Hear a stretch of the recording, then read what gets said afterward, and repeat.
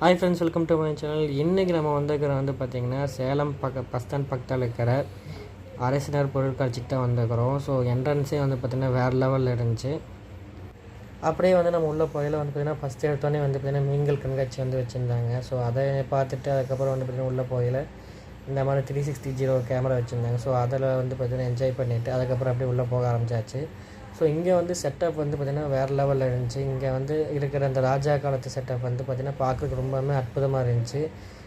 ஒரு மந்திரி சபை வந்து பார்த்திங்கன்னா எப்படி இருக்குமோ அப்படிங்கிறது வந்து இருந்துச்சு. ஸோ அதை வந்து பார்த்துட்டு இது பண்ணியாச்சு. நம்ம பாருங்கள், எல்லாமே வந்து பார்த்திங்கன்னா சிலைகள் எல்லாமே வந்து தத்துரூமாக்குற மாதிரியே இருக்குது.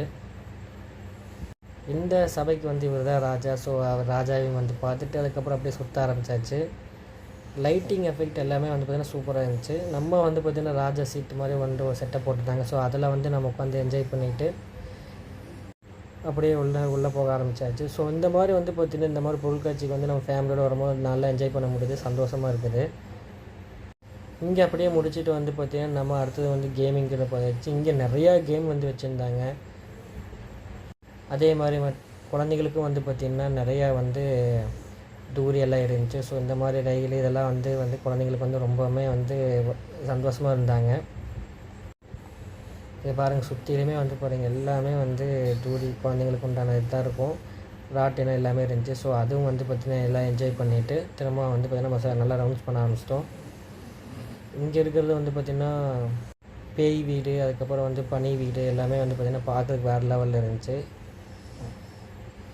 இது வந்து பார்த்திங்கன்னா இந்த மாதிரி குழந்தைங்கள வச்சு விளையாடும் போது வந்து சந்தோஷமாக இருந்துச்சு. எல்லாத்தையும் முடிச்சுட்டு வந்து அப்போல்லாம் நம்ம சாப்பிட்றதுக்கு வந்து போயாச்சு. நான் வந்து இங்கே காலிஃப்ளவர் சில்லி, அதுக்கப்புறம் வந்து டெல்லி அப்பளம் வாங்கியிருந்தேன். அதையும் வந்து ஃபுல்லாக சாப்பிட்டு அதுக்கப்புறம் இவங்க வந்து பார்த்திங்கன்னா பேக்ரவுண்டில் வந்து சாங் போட்டிருந்தாங்க. ஸோ அந்த சாங்குக்கு வந்து பார்த்திங்கன்னா என் பையன் வந்து வேறு லெவலில் என்ஜாய் பண்ணான். அது மட்டும் இல்லாமல் தம்பியோடு சேர்ந்துட்டு நம்மளும் என்ஜாய் பண்ணும்போது செம வைப்பாக இருந்துச்சு.